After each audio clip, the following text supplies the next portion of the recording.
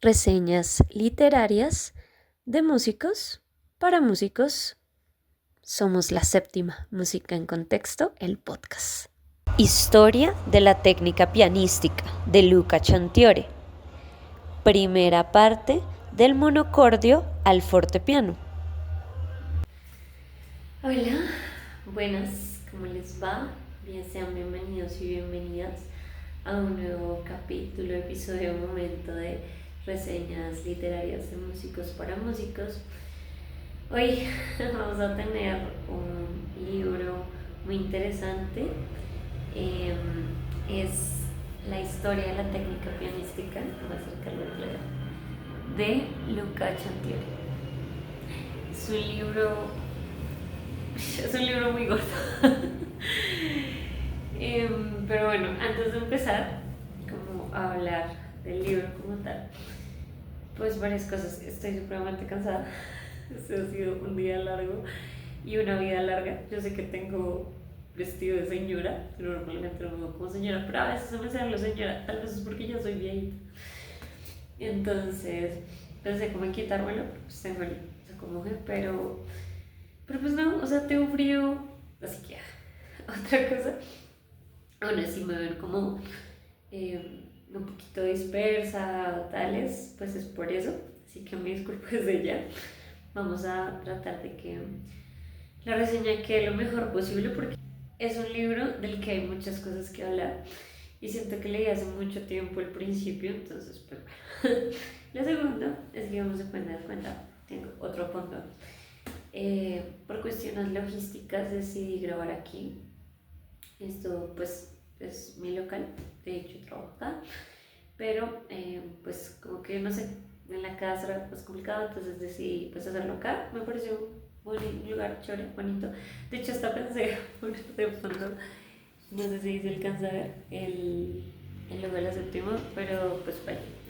Fallé porque no me gustó y pues bueno. Entonces vamos a hacerle así con toda la paciencia. Bueno, pues este libro es bien interesante. Luca Chantiore, por supuesto, es musicólogo. Y pues este libro salió a finales de, perdón, a inicios de los 2000, si no estoy mal, 1999, 2000, 2001. Y pues tiene alrededor de, ya les digo exactamente el dato, 758 páginas.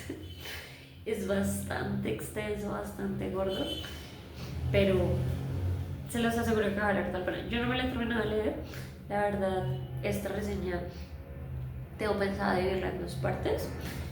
Entonces, si ya están acá, tráiganse alguito, un café, un juguito, una comidita rica, porque esto va para la cosa. A diferencia de las otras reseñas, va a ser bastante extensa. Entonces, pues, para que traigan alguito. Y pues sí, de hecho tiene tres partes. Voy a intentar hacerlo solo en dos, como para que no sea tan largo. Pero pues es que, o sea, miren, estoy mucho de qué hablar. Antes pues, de comentarles como tal el contenido, esto les va a servir muchísimo, sobre todo a los pianistas, docentes de piano, todo lo que tengan relacionado con ese instrumento, ese hermosísimo instrumento, pues les va a servir un montón. Entonces, así como les dije, está bien en tres partes, pero iniciar con un prólogo. Entonces aquí tiene, déjenme les muestro. Bueno, tiene su prólogo, ¿no? Entonces aquí está el prólogo. Y por aquí más adelante deja unas normas. Ya. Deja unas normas para la comprensión del texto, como por ejemplo que C punto significa compás. Una cosa que me llama mucho la atención de esa sección es la palabra pianismo, y es como su estilo, como la estética del compositor. Entonces su pianísimo, y va a estar alrededor de toda la esta. Entonces no se salten nada, o sea, léanselo todo paso a paso para que pues no sé, no les salten. Aquí ya viene la introducción como tal. Pues miren, aquí está como todas las abreviaturas, todo lo que se va a usar a lo largo del texto, entonces como para que lo tengan presente. A su vez La primera parte es del monocorde al fortepiano, la segunda parte es el piano romántico y la tercera es el piano moderno. Yo hoy planeo hablar de la primera parte, vamos a ver qué tal nos va.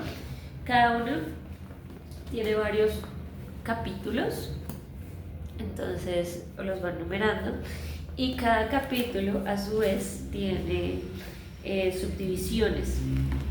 Por ejemplo, acá habla de los dedos buenos y así. Entonces va a tener como varias cosas. Mira, acá está el segundo. Sí, se hundió como un gato. Aquí está la segunda sección, pero todo hace parte como de esa primera gran parte. Es muy interesante porque trae transcripciones, también trae algunas imágenes, por ejemplo acá de la posición de la mano, de cómo se basaban en ciertas pinturas para hablar de la técnica pianística. Hay muchas, por ejemplo, citas, son como estas notas al pie de página que por favor no se salten, léanselas. Porque yo dije, ay, qué pereza, yo me las voy a saltar, esto está muy largo. Ay, perdón, ando resfriada. Pero no. Porque, claro, yo leía y yo, pero no entiendo, o sea, acá me perdí. Y leía la nota al pie y, me aclaraba un montón de cosas. Entonces, estas noticas, léanselas. Léanse cada palabrita que tiene este libro. Miren acá hay más, como imágenes de fragmentos de obras. Entonces, pues así va a ir. Yo voy acá hasta ahora en la página 364. Llevo más o menos un mes leyéndome este libro. Pues no he terminado, también son como las condiciones en las que me las estoy leyendo. Bueno, entonces iniciemos, démosle a esto, no leemos más largas. Vamos a ver qué es esto, qué es esto. Y entonces nos dice, historia de la técnica pianística. Un estudio sobre los grandes compositores y el arte de la interpretación en busca de la Urtechnik, ¿no? Como la técnica definitiva.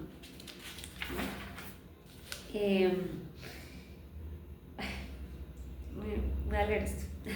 Creemos en la música sin reservas, porque lo que afirma atañe a los sentimientos. Su fluir es más libre que todo lo que parece humanamente posible, y en esa libertad se encuentra la salvación. Cuanto más se pueble la tierra y cuanto más mecánica se vuelva la manera de vivir, más indispensable resultará la música. Llegará un tiempo en que solo por medio de ella podremos escapar de las estrechas mallas de las funciones y hacer de ella una poderosa e intacta reserva de libertad. Debe convertirse en la misión más importante de la vida intelectual futura. La música es la auténtica historia viva de la humanidad. Esto es una cita de Elias Canetti. No entiendo qué está diciendo, así que se los voy a poner aquí. De 1942 y entre 1972. Muy apropiada para estos tiempos tan complejos que Luca Chantiore en su momento no se imaginó que iban a llegar. Listo. Y entonces ahí empieza Luca Chantiore a hablarnos un poquito después de como ese trasegar, ¿no? En el prólogo. Lo que le contó es demasiado importante. Él duró 5 años haciendo esta investigación. ¡Qué locura! O sea, mis respetos para este hombre. Yo a veces me pongo a girar al final porque, neurótica y ansiosa. Parce. O sea, ya les digo. Todo esto es solo bibliografía. O sea, son alrededor de unas 15 hojas de bibliografía. Es una cosa gigantesca. Yo creo que él debe ser muy top, debe saber un montón de cosas. No sé, me encantaría tener la oportunidad de compartir con él. Pero bueno, entonces habla como de esta dicotomía de que hay gente que cree que hay una técnica definitiva, ¿no? Y que eso es la verdad revelada y es como se debe hacer. Pero bueno, hay muchas cosas, muchas aristas y muchas maneras de comprenderlo. Él considera que la técnica es un aspecto fundamental en el desarrollo del acto interpretativo de un instrumento como el piano. Define el estilo define la intención, la expresividad, y no solo es un tema de verlo desde una perspectiva mecánica, sino que va mucho más allá de cómo se construye la música.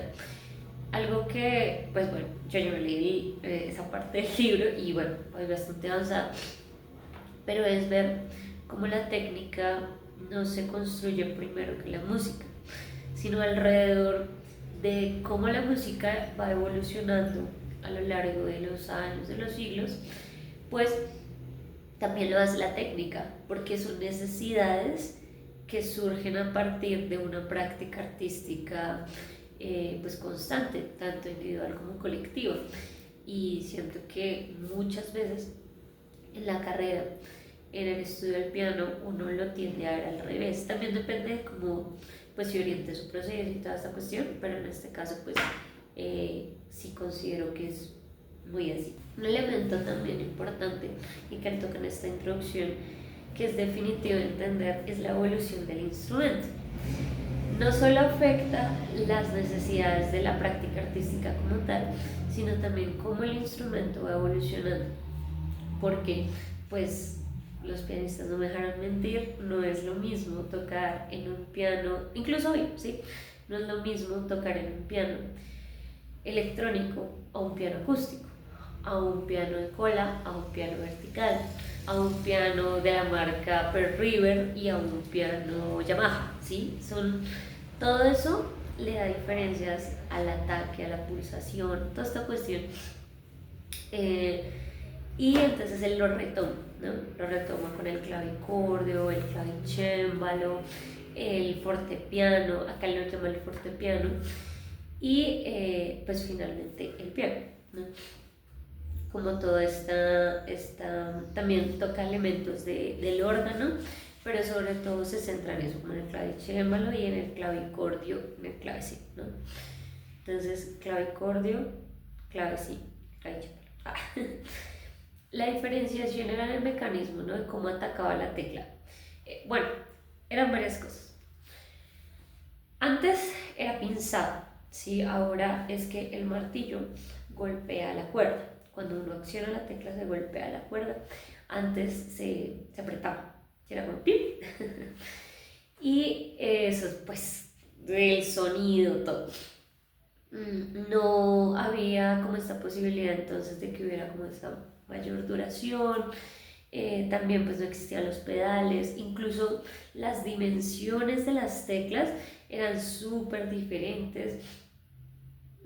Como digamos, también habla de ciertas sonoridades por los mecanismos internos del piano, y no tenía estos matices al inicio, ¿no? Ya por eso surge el fortepiano después, pero al inicio no tenía eso. Entonces eso es muy importante tenerlo en cuenta porque define cuáles son las posibilidades que me da el instrumento, qué es lo que quiero yo como compositor y también qué es lo que requiere el público. A partir de eso yo digo, listo, entonces necesito dar tal sonido y para ese sonido necesito tocar de cierta manera, pulsar, atacar de cierta manera las teclas. Hay una cosa que yo pues subrayé, de hecho tengo una amiga y ella siempre dice que los mejores libros son los que uno quiere subrayar todos. Fue madre, yo todo lo quería coger y yo no uso resaltadores ni nada, pero sí uso lápiz. Y no, o sea, ya me va a agarrar, yo no estoy. Y no, vienen mis apuntes, que acá los tengo, porque yo tomo apuntes y todo, y voy teniendo como las claridades para hacer justo estas reseñas. Y no, o sea, quise resaltar todo. En fin, este es un apartado bien bonito, ¿no? Para que lo tengamos en cuenta. Las partituras no fueron compuestas para que podamos contemplarlas, estudiarlas y desmenuzarlas. Fueron escritas para que alguien les dé vida, y en ese momento el intérprete lo decide todo. Su sensibilidad, su cultura, sus capacidades manuales se confrontan con páginas pensadas para manos e instrumentos a menudo muy distintos de los suyos, y a pesar de todo debe ser capaz de identificarse con ellas. La técnica depende directamente de ese grado de identificación. O sea, eso es como hacia el final del prólogo, de la introducción, perdón. 100%. Yo no sé, o sea, díganmelo, dirían los influencers en los comentarios.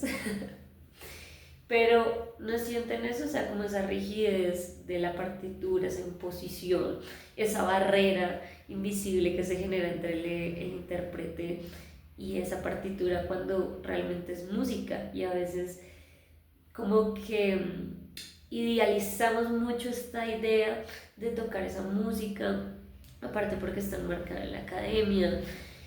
No sé, hay muchos debates que nos pueden surgir. Y entramos del monocordio al fortepiano. Entonces, inicia con lo primero, que es la técnica de los instrumentos del teclado hasta 1770. Aquí, pues, lo que les digo, Luca hace una cosa súper exhaustiva.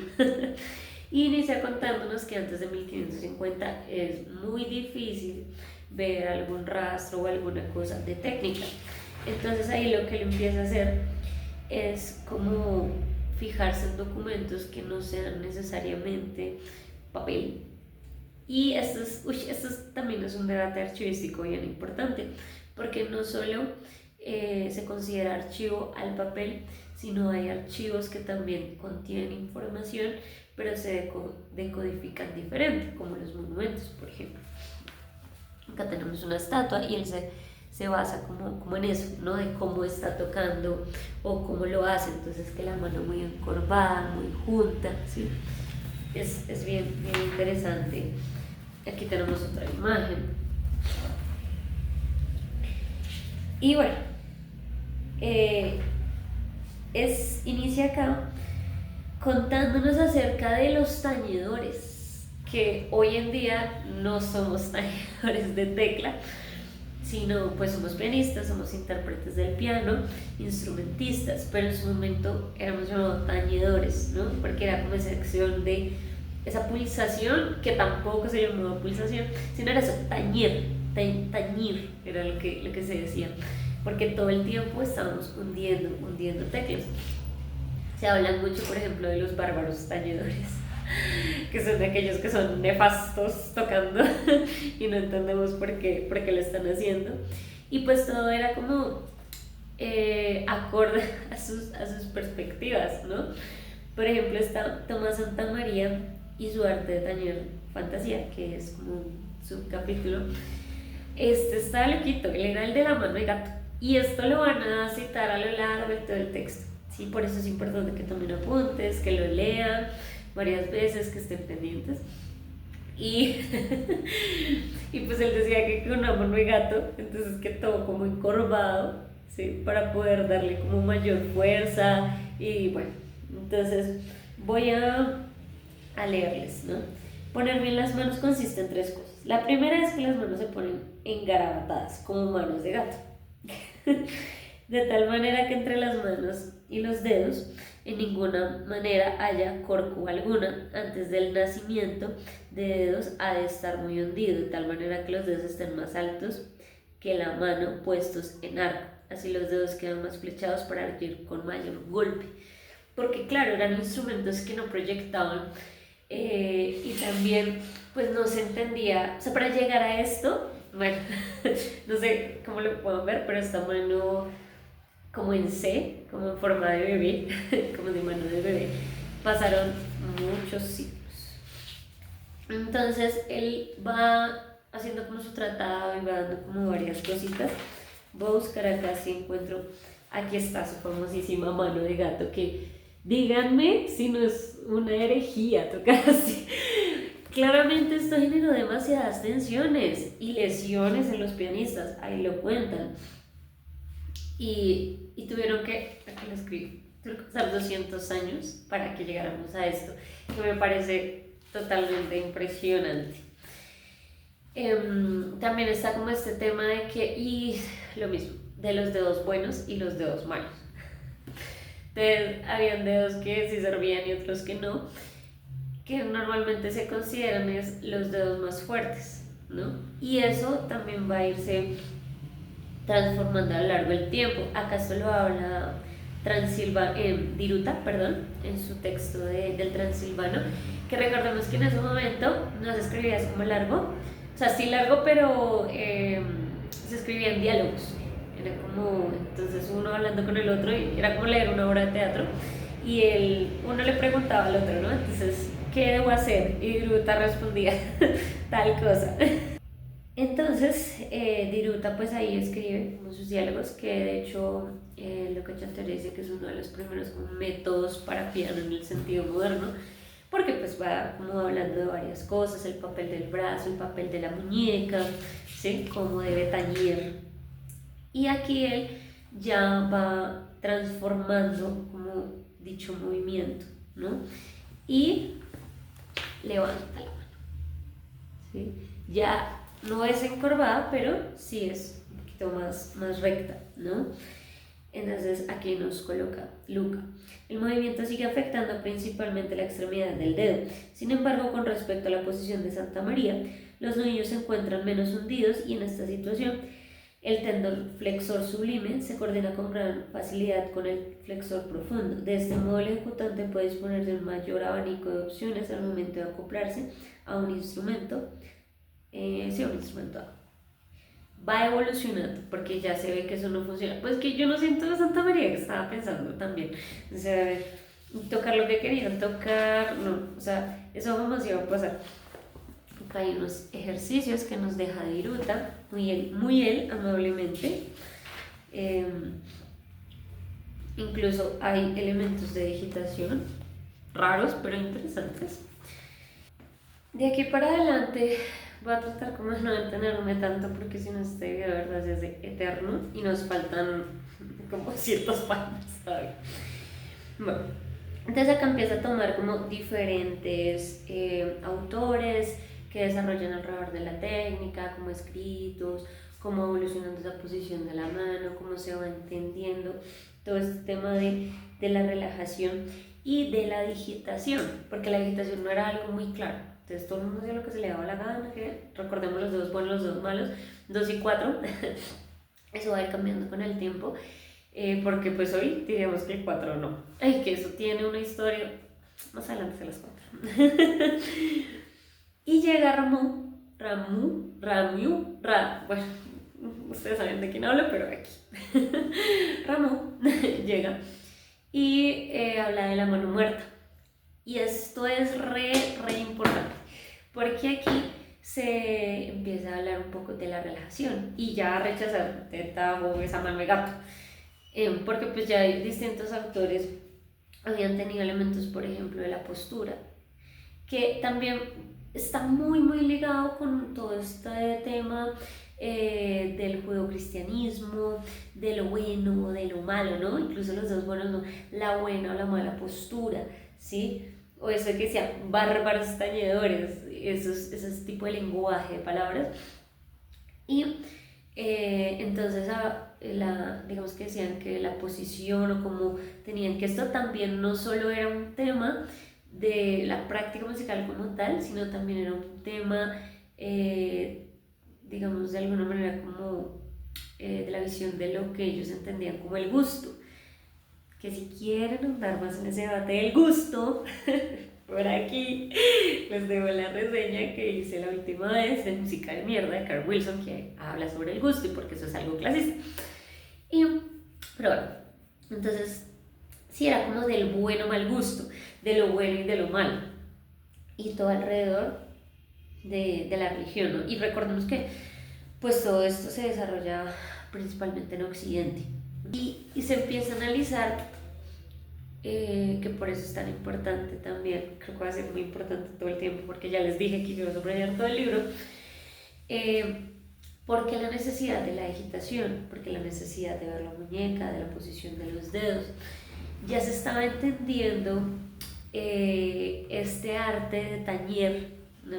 Tañer teclas como algo profundamente físico y tenía que analizarse desde esa perspectiva también. Y es allí cuando vemos esto de entender la independencia de los dedos, del papel del brazo, del papel de la espalda, ¿no? Cómo todo jugaba a favor o en contra de eso y sí se fijaban en ello. Y esto fue pues literalmente en los años 1600. Ahora sí, cala. Pues como para que tengamos como la dimensión o la importancia de lo que es para un músico, para una música, para una pianista, un pianista o cualquier instrumentista en general, la conciencia de su cuerpo y no solamente desde lo general, sino cada una de sus particularidades, el reconocimiento de cada uno de sus dedos, de su yema, de todo, es fundamental. Y aquí, ya con Ramón, surge otra cosa diferente, ¿no? Porque él hablaba de varias cosas, de la mano muerta, pero también de un ataque deslizante, así como pulsar ya con la yema y todo esto. Y la mano se levanta un pilín más. Aquí ya vemos otra transformación. Y incluso Luca Chantieri lo menciona que trasciende a su época, ¿no? Porque tiene una gran incidencia. Aquí en esta parte es como necesario pensarnos que ¿cómo se llama? La técnica era profundamente digital. Sí, el ataque era pensado profundamente digital. Hoy en día nosotros y nosotras sabemos que el impulso viene de atrás, ¿sí? De la espalda. Hay conceptos como el peso, sí, como otras especificaciones, no solamente el staccato, sino el legato. Bueno, en ese entonces ni siquiera legato, cero, o sea, X con el legato, nada que ver. Se hablaba de un ataque ligado y ligero, que era el You Brillant, versus el You Coulant, que era como lo preciso, lo acertado, y bueno, pero de todas maneras el legato nada que ver. El punto es que era profundamente digital, solo se pensaba en términos de los dedos, o sea que desde aquí venía el movimiento. No, desde aquí, el brazo, nada, o sea, todo eso era tieso. Es bien loco pensarlo porque qué pereza. Pero también da muchas respuestas de por qué cuando uno toca obras del barroco, de la Edad Media, solos en una sección del teclado, es solo puro dedo, hay que tener mucha independencia, porque son como son, y ahí se le va dando como razón a Luca Chantiore en el sentido de que la técnica afecta profundamente al desarrollo de la música, pero esta nace de las necesidades de la música. Entonces es chistoso, pero es muy interesante. Obviamente tenemos a Bach. Bach revolucionó, mejor dicho, un montón de cosas, ¿sí? Él hablaba del aplicatur, o en ese momento se hablaba del aplicatur, que es el arte de digitar bien.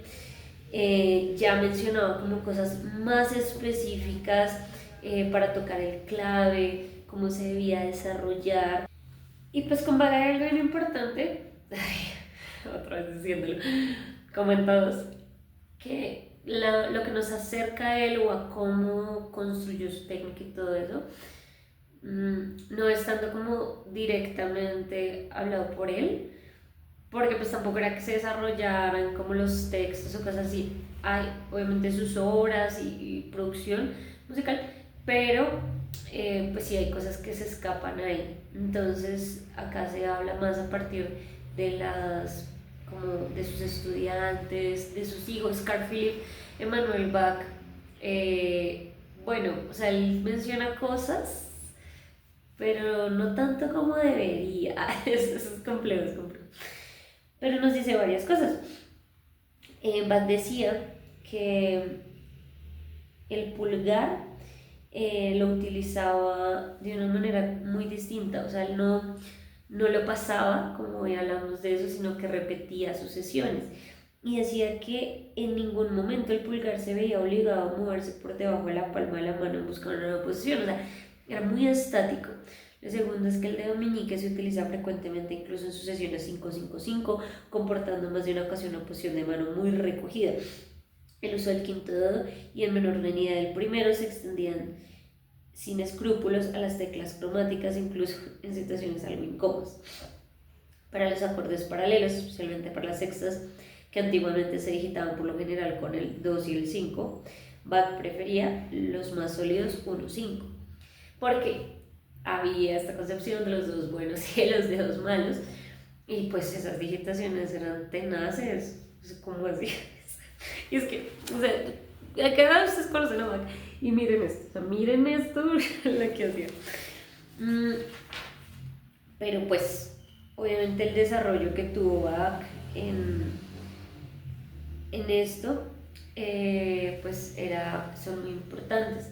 Bach principalmente trabajaba con estos 3 dedos y todo era para favorecer la articulación, porque antes de llegar como el fortepiano y empezar esa transición a lo romántico, la palabra articulación era como lo definitivo, ¿no? Como lo central y lo fundamental. El legato que se vaya al carajo, aquí no hay legato.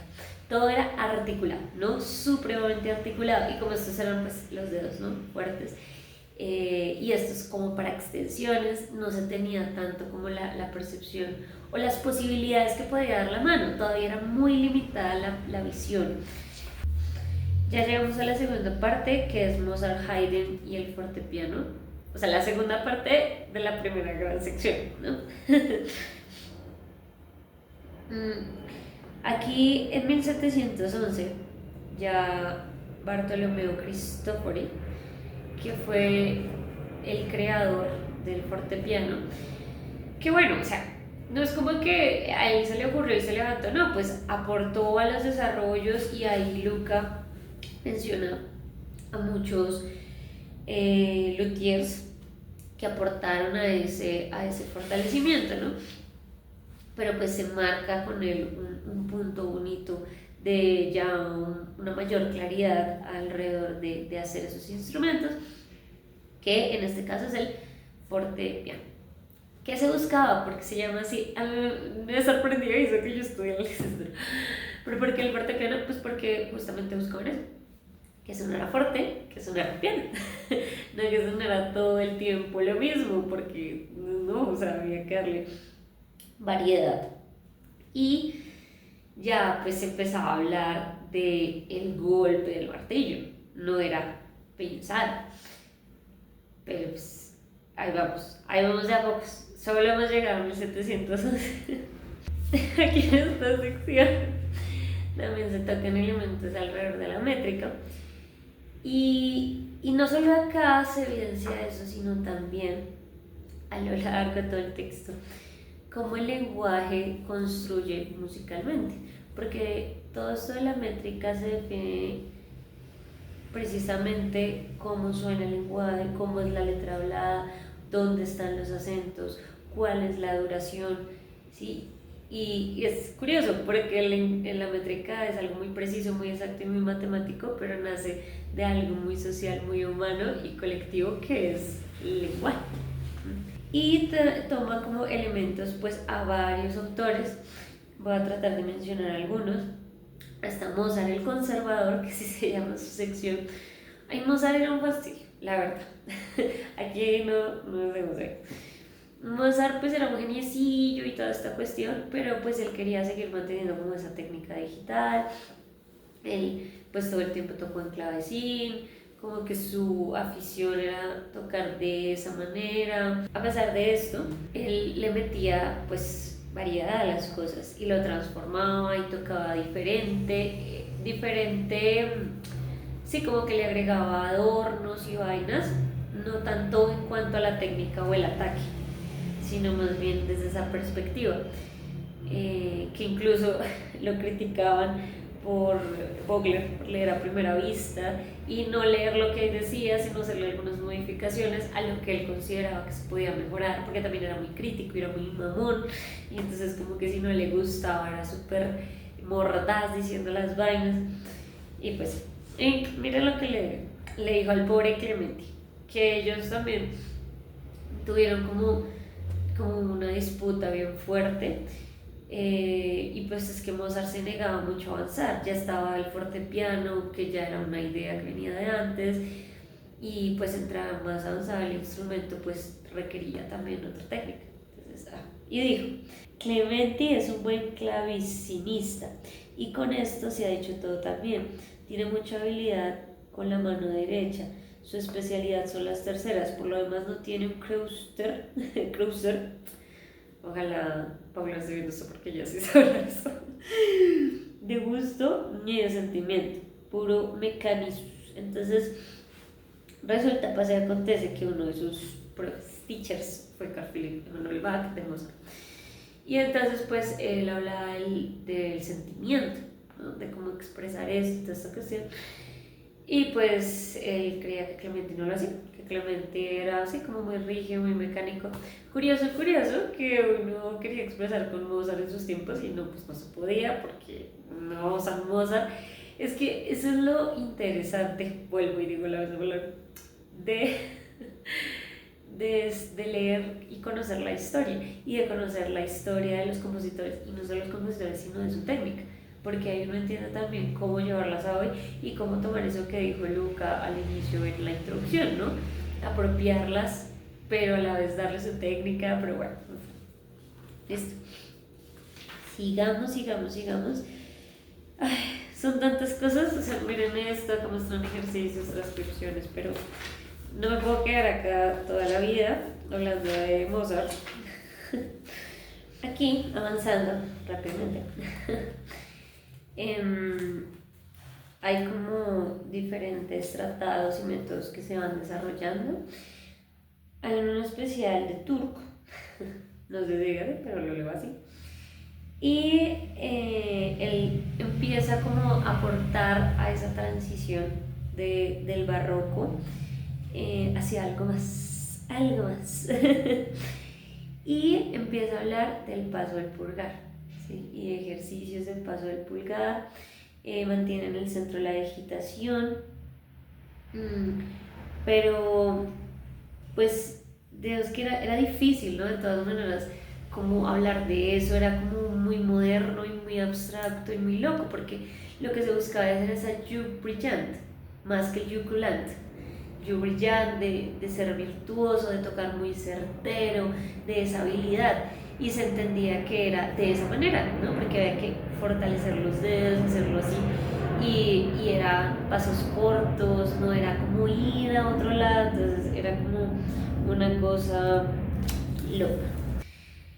Estaba el niño Pleyel, ¿sí? Entonces, que Pleyel escribe el método para el piano forte de Pleyel y Dussek también, ¿no? Que pues ahí lo reconocen, pero lo reconocen alrededor de Pleyel.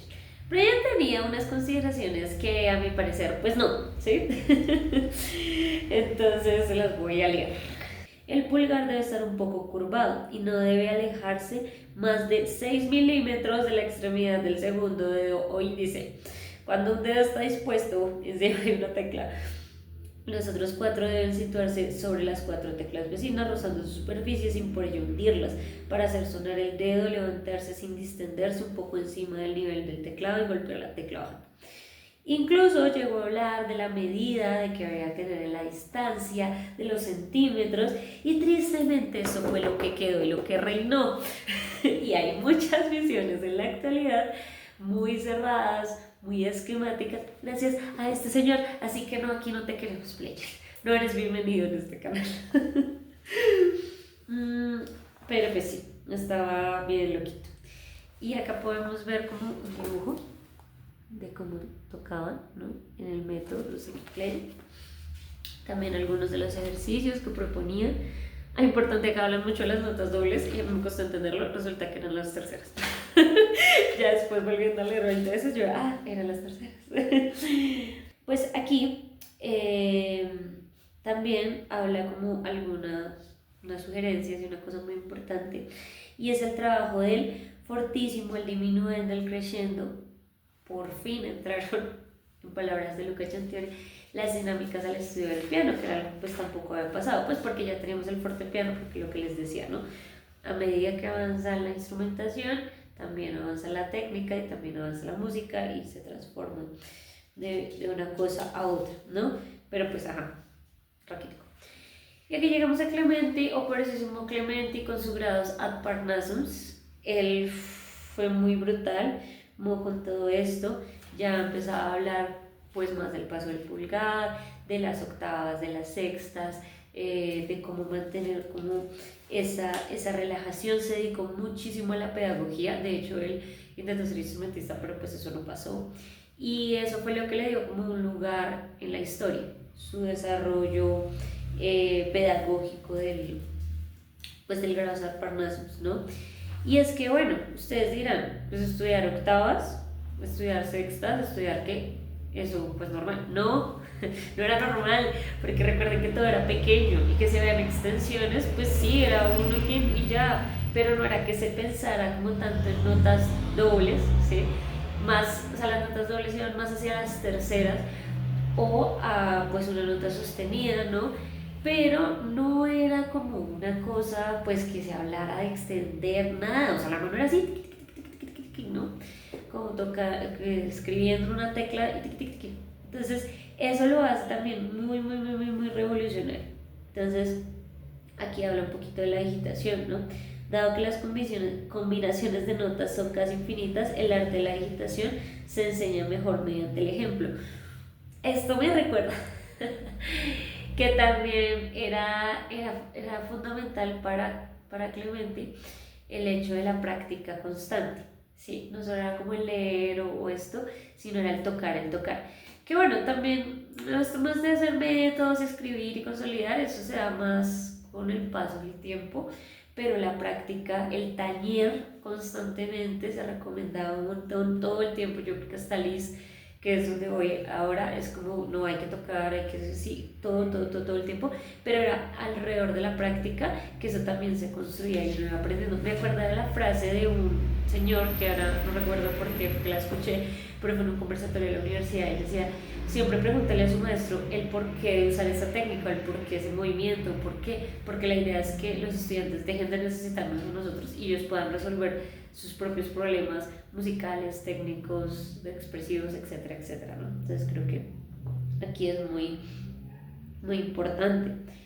Enseña los arpegios, habla de tocar cantable. Miren, por ejemplo, este pedacito de estudio, ¿sí? Eso de tocar cantable también, súper revolucionario cuando todo era igual y plano. Y como direccionar la melodía de alguna manera, ya hablar de eso de fraseo, pues ahí no le decimos fraseo, pero sí. Bueno, y todo esto va dirigido pues a principiantes. Entonces, él como pedagogo desarrolló muchas cosas y formó a muchos pedagogos. Perdón, él formó a muchísimos pianistas, entonces fueron cosas bien interesantes. Voy a leer esto. Clemente con toda seguridad siente la necesidad de un tipo de ataque que enriquezca el movimiento digital con cierta participación del brazo, cierto. Porque una escritura del segundo tipo no puede nacer de un uso del dedo de estilo mozartiano. En tu cara, Mozart, y lo nunca. Porque sí, Mozart, había que evolucionar, no te podías quedar en el clave, ¿ves? Ay, este capítulo me encanta, yo no sabía tantas cosas. Cuarto pedacito, Beethoven, el hombre nuevo. Yo no sabía, o sea, yo no me imaginaba todo lo que ha hecho Beethoven, no, Virgen de la Agarradera, y yo toqué sus obras y nada, o sea, X. Pero sí. Bueno, Beethoven es bien conocido por esa transición que hizo hacia el romanticismo. Obviamente hay otros personajes que se van a mencionar, pero uff, tenaz, o sea, tremendo. Llegó como todo eso que hizo, wow. Perdón. Bueno, tuvo un diario, ¿sí? Que se llamaba como el manuscrito de Kafka, y ahí desarrolló varios ejercicios técnicos. Entonces acá podemos ver algunas de sus imágenes de los ejercicios y habla de un montón de vainas porque él estaba obsesionado con el sonido. Hay una cosa y es que el fortepiano no podía controlar el sonido, o sea, era muy difícil, era como que sonaba como se le diera la gana porque el sistema no daba para eso. Y entonces él le encantaba porque podía tener como su propia marca, como su propio sello y diseñar el sonido a su antojo, algo que ahora no se puede hacer porque pues los instrumentos ya tienen como un estándar. Obviamente uno tiene un estilo y tal, pero no puede controlar el sonido de la manera que lo lograron hacer ellos. Entonces es bien interesante. Y ya él habla de un movimiento de brazo, de un movimiento de brazo, ¿sí? Él ya habla de un ataque totalmente diferente, ya le apuesta muchísimo más a las octavas, todo muy amplio, todo muy grande, ¿no? Miren estas cosas que escribía este señor, estos ejercicios del manuscrito de Kafka, ejercicios técnicos. Entonces era como un diario que él llevaba pues personal, pero también pues de lo que trabajaba con sus estudiantes. Él vivió de ser docente mucho tiempo y él empezó a desarrollar muchísimo más el legato, ese pianismo de Beethoven. Es muy característico por eso, porque él ya empezaba a salirse un poco de eso, esa articulación, esa palabra articulación, y llegar al legato, ¿no? Y Czerny, Czerny escribió varias cosas acerca de él, porque Czerny tiene un libro autobiográfico, yo no tenía ni idea, y alrededor de Czerny también se sacó muchísima información. Entonces, escribe: su comportamiento al tocar era magistralmente quieto, noble y bello, sin la más mínima mueca. Solo empezó a inclinarse hacia adelante a medida que la sordera avanzaba. Sus dedos eran muy poderosos, no eran largos y se habían ensanchado en las puntas debido a tanto tocar. Cuando enseñaba ponía mucho énfasis en la correcta posición de los dedos. Es sorprendente cómo leía rápidamente a primera vista cualquier composición, tanto manuscritos como grandes partituras, y lo bien que las tocaba. Bajo este aspecto era inigualable, su ejecución era siempre clara, nítida y severa. Tocaba magníficamente los oratorios de Handel, las óperas de Gluck y las fugas de Sebastian Bach. Entonces, yo digo, este hombre hizo un montón de años, aunque él no se dedicó tanto al piano, él fue más compositor y director. Aparte, pues recordemos lo que mencionaba Czerny, que él ya se empezó a quedar sordo y eso también complicó las cosas. Él pues ya no escuchaba y no podía como dirigir las cosas como antes. Pero siempre en sus clases y en su interpretación y todo, su preocupación principal era el legato.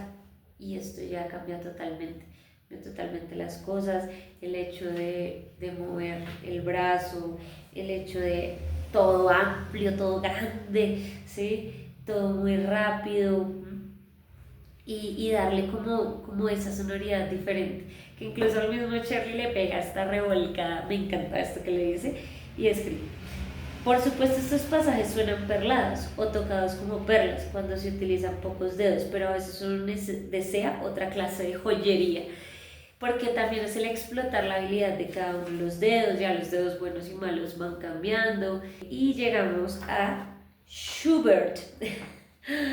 Me falta mucho, no sé cómo voy a terminar esto. Ya después de una revisión de lo que me faltaba, he decidido que sí puedo continuar. Esto está quedando eternamente largo, pero pues ya nada, se aguantan y me toleran. Schubert, yo tampoco conocí a ese nivel a Schubert. Yo toqué Schubert, evidentemente, en la universidad, pero era un loquito.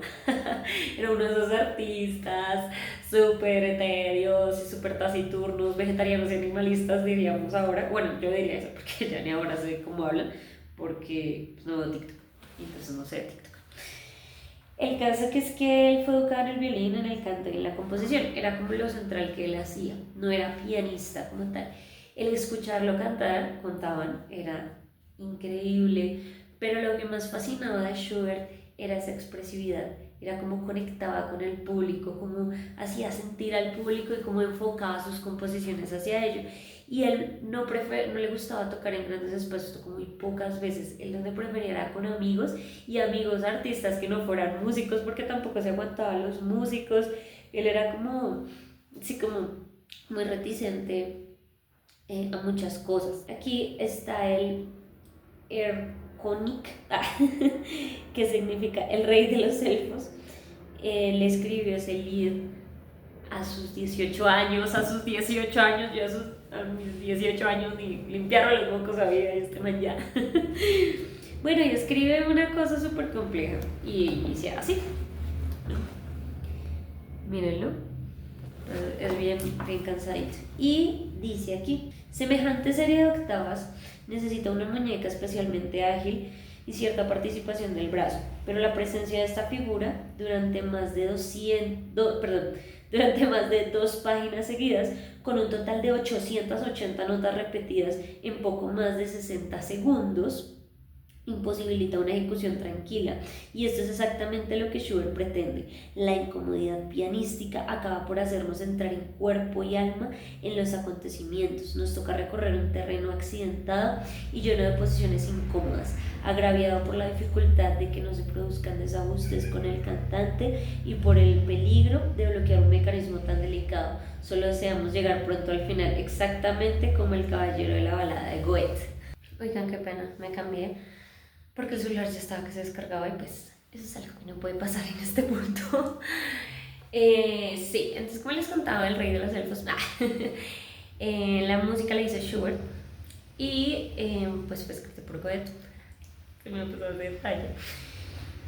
Uff, qué loco, cómo él se metía en carne, en cuerpo y orientaba como esas composiciones y todas estas cosas hacia eso. Y entonces llegamos a donde este niño Kalkbrenner. Él desarrolló su guía a manos, que era básicamente una barra que se ponía sobre el teclado.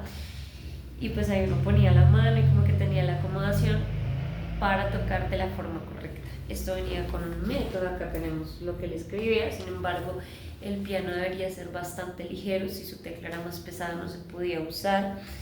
Ahora sí llegamos al querido Dactylion y el problema anatómico. Entonces se quiso como avanzar hacia lo que fue el quiroplasto y meter este tema del dactylion y analizar cuál es la habilidad de cada dedo, meterlo anatómicamente también con como que todas las artes se fusionaban, todas las ciencias y como avanzaba la medicina, pues también se quería incluir acá. Entonces, como podemos ver, esta máquina infernal para fortalecer la musculatura, que se lo llama Luca Chantiere, sobre todo se enfocaba en el dedo 4 porque pues se creía que habíamos estado mal, o sea, habíamos nacido mal diseñados, mal hechos, por todo lo que les mencionaba del relacionamiento también con la medicina, entonces que era como ese cambio y él buscaba cómo solucionar eso, Henry Hertz, pero pues no, tenaz lo que estaba haciendo. Y hubo pianistas como Robert Schumann que cayeron en su trampa y luego tuvo una lesión que jamás pudo recuperar, todo por el afán de resolver como ese error con el que nacimos, que incluso Chopin en ese momento rebatía y decía que no, o sea que eso no era una cuestión, un desafortunio, sino que era una cuestión efectivamente de técnica y de trabajar mejor las cosas. Después, y finalmente tenemos a Czerny. Pues Czerny realizó la mayor escuela.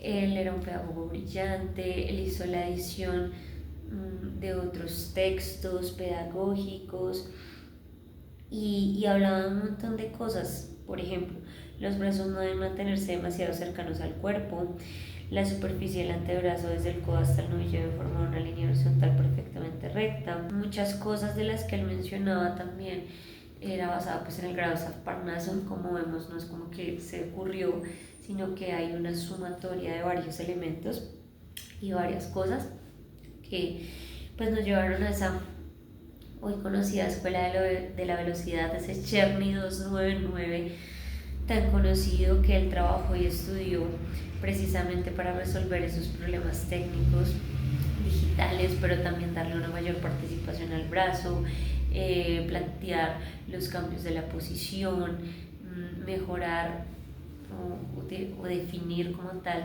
una posición de la mano redonda, la independencia de los dedos. Mira esto.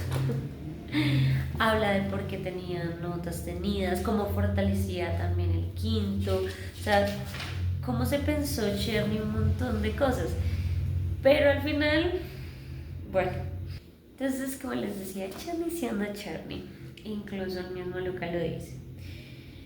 Czerny era justo lo contrario de un revolucionario. Era un hombre tranquilo a quien el destino había hecho testigo directo de esta evolución y que se limitó a relatar lo que había visto. Cuando se publicó su tratado ya estaban a la venta los estudios de Liszt, que de hecho Liszt se los dedicó a él porque pues Liszt fue su maestro. Y pues él rápidamente se quedó en el pasado porque de todas maneras pues no salió de esa técnica digital y tampoco supo escuchar a su maestro. que de hecho otros pianistas, otros músicos lo cuestionaron por no seguir la técnica de Beethoven. Pero pues sí, él decía, no, pues o sea, sí, que aquí pulgar, sí, que digitación diferente, y sí, que octava, pero no salimos de lo digital, si se dan cuenta todavía se enfoca bastante a los dedos, hay alguna participación medianamente del brazo, pero pues es algo muy pequeño. Entonces sí. Y bueno, aquí terminamos esta primera parte haciendo como este ejercicio. Creo que es un texto al que se le dedica muchísimo más tiempo. Me gustaría hacer un ensayo. Cuando lo haga se los comparto, lo publico, por si lo quieren leer como un resumen. Pero es un libro que requiere mucho tiempo, mucho detalle y tener el piano en la mano. Yo desafortunadamente mientras lo leía estaba trabajando y no me era posible como estar con el piano en la mano, pero creo que es una herramienta excelente para entender eso, o sea, cómo pasamos de lo digital y una mano de gato allá una mano muchísimo más redondeada, en punta de dedo, ¿sí? Con un ataque diferente, con una concepción incluso de mover el pulgar o de extender la mano, que cada posibilidad, y que no solo es la mano, sino también es el brazo, que hay participación de más cosas, que eso pues vendrá en la segunda parte. Definitivamente lo seguiré consultando, lo seguiré estudiando. Por cuestiones de la vida ya no he podido como asumir de la misma manera mi estudio pianístico, pero lo intento hacer, lo intento hacer cada día. Creo que todos lo intentamos y lo hacemos de la mejor manera. Este libro yo lo compré hace muchos años, fue la primera cosa que me compré con mi primer sueldo. Yo trabajé mucho tiempo en un negocio de comidas rápidas y el día que me pagaron el sueldo me fui a la Lerner, me acuerdo tanto que es una librería acá en Bogotá muy famosa, queda en el centro, bueno, una de sus sedes, y me fui a buscar un libro cualquiera. Yo siempre he sido muy amante de la lectura y encontré ese libro y me llamó muchísimo la atención y que lo compré. Me costó, yo no sé si acá está el precio, bueno, pero pónganle unos 200.000 pesos, unos 200, muchísimo dinero. Hoy un libro así sería muy costoso, pero hace, pónganle de ustedes 7 a 8 años, pues era carísimo. Pero eso fue lo primero que me compré, o sea, y nunca lo leí. Eso fue lo chistoso y lo triste. Nunca lo leí, como que lo leía y no lo entendía y me cansaba. Y yo decía, pero ¿cuándo va a acabar? Yo soy muy ansiosa y muy neurótica, entonces quería acabar todo rápido, pero no podía porque no lo entendía y entonces ya me cansaba y yo ya estaba estudiando piano, pero no sabía muchas cosas, no tenía el nivel que tengo hoy de comprensión. Creo que también fue el momento de haberlo leído y hoy pues sí, ya tiene mucho más sentido, recobra mucho más en mí, pero no debí esperar tanto. Yo pienso que en la universidad también debí leerlo, hablando con otro amigo pianista. Me contaba que pues ellos estudiaban este libro y pues eso le ayudaba un montón a comprender varias cosas, a practicarlo. Y sí, o sea, yo hoy leí de Chopin y todo eso, de Liszt, era como una revelación. Y también el entender a Bach, el grado San Parnaso, que pues yo creo que trabajaría una o dos cosas, pero digo, eso hay que meterle el resto. El hecho de que uno no se dedique solo al estudio de técnica, más allá del Cherny, que te amo Cherny, pero eres un hombre del pasado y tibio. Eso lo dice Luca Chantiere. Entonces, pues sí, espero que les haya gustado muchísimo, que la hayan disfrutado. Si llegaron acá hasta el final, hasta largura, pues gracias por estar acá. No se pierdan las demás cosas. Próximamente vendrá un episodio sobre salud física en músicos. Y pues por supuesto la segunda parte de la reseña cuando lo termine y cuando la vida me dé. Qué pena si de pronto estuvo un poco desordenado, divagué, pero pues ya saben, esto lo hago con mucho esfuerzo, lo hacemos con mucho esfuerzo y a veces es difícil llegar a cumplir. Entonces pues nada, hasta otro capítulo, momento, episodio de reseñas literarias de músicos para músicos. Chao.